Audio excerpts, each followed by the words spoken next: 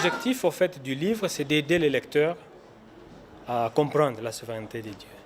Mais dans le livre, j'ai été honnête avec moi-même et avec les lecteurs en leur disant que ce sujet est tellement vaste que je ne peux pas prétendre l'avoir traité de manière complète et totale. C'est une contribution que j'ai apportée, des passages bibliques, mais aussi des expériences vécues, personnelles et des expériences d'autres personnes. Mais c'est juste une contribution. Et c'est Dieu qui se révèle à nous de différentes manières. Et c'est lui qui s'explique mieux à nous. Et ce livre n'est qu'une contribution. Et je suis convaincu qu'en le lisant, c'est sûr que le lecteur va tirer quelque chose, va apprendre quelque chose, ou va avoir une connaissance renforcée sur ce qu'il ou elle savait déjà. Parce que quand je dis merci Seigneur, je reconnais qu'il a fait quelque chose pour moi. Je reconnais ses bienfaits. Je dis merci Seigneur.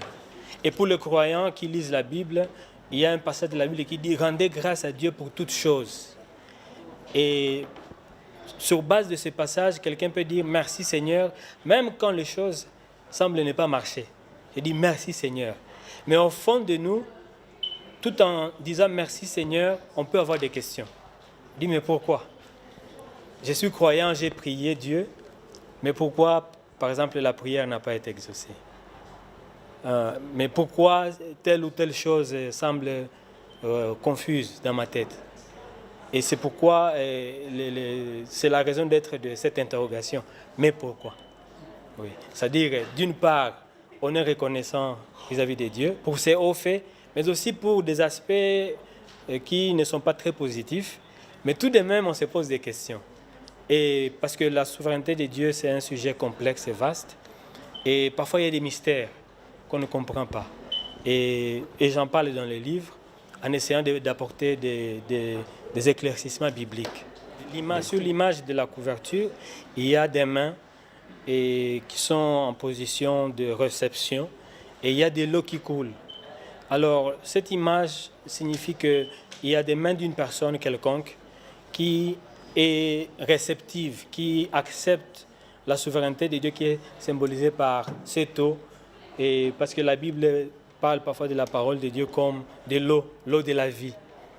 L'eau de la vie. Et c'est le sens, au fait, de cette couverture, de cette image de couverture.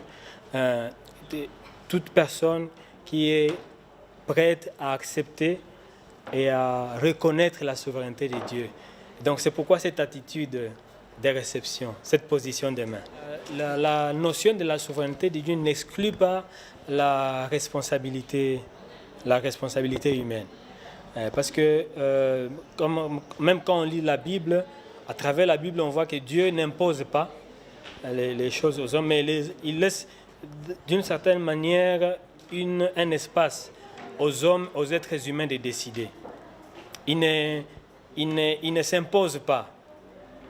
Autrement dit, il donne la possibilité aux êtres humains de se prononcer, de décider, de faire des choix.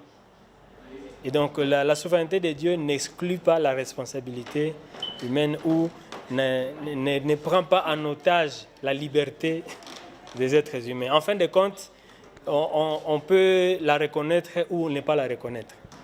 On peut accepter la souveraineté de Dieu ou ne pas l'accepter. C'est un choix de l'homme, de l'être humain, mais dans ce livre, j'ai dit qu'il y a des avantages et des désavantages attachés à la reconnaissance ou non de la souveraineté de Dieu. Mais l'être humain garde son choix.